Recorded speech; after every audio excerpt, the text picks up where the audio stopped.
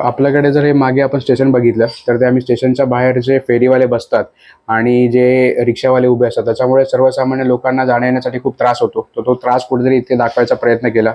कल्याण झालं, डोंबिवली झालं, त्याच्यानंतर आपलं दादर स्टेशन आहे, ठाणे स्टेशन आहे. या स्टेशनपासून सर्वसामान्य लोकांना ट्रॅव्हल करायला खरंच खूप त्रास जातो, कारण की फेरीवाले ऑलमोस्ट आपल्या त्या प्लॅटफॉर्मच्या त्या जिन्यापर्यंत बसलेले असतात.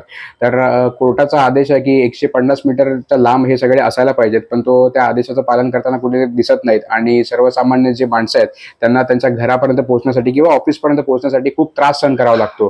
तर हा त्रास कुठेतरी कमी व्हावा आणि तोच एक विचार घेऊन आम्ही यावर्षी बाप्पाच्या सजावटीमध्ये हा प्रश्न मांडायचा प्रयत्न केलाय आणि भविष्यामध्ये हा त्रास कमी होऊन सगळ्यांचा एक सुखकर प्रवास व्हावा हीच गणपतीच्या चरणी प्रार्थना आहे. त्यांना पण येत असतील, कारण की मध्ये दादर स्टेशनच्या बाहेरचे फेरीवाले त्यांनी म्हणजे ते सगळेच गेलेले होते, पण परत ते फेरीवाले पुन्हा येतात. तर त्यांच्याकडून अंमलबजावणी होते, पण ती पण थोड्या दिवसासाठी असते. मला वाटतं एक ते 2 दिवसासाठी त्या गोष्टी पाळल्या जातात. त्याच्यानंतर पुन्हा हे फेरीवाले तसेच येतात आणि ते पूर्ण स्टेशन एरिया पूर्ण ते भरून टाकतात. पण हे जर निरंतर म्हणजे असंच पुढपर्यंत राहण्यासाठी एक ठोस पावलांची गरज आहे आणि एक चांगलं स्टेशन प्लॅनिंगची गरज आहे. ती जर झाली तर खरंच सगळ्या लोकांना याचा फायदा होईल. कडू बोल वृत्तवाहिनी, सत्याचा कडवट आवाज.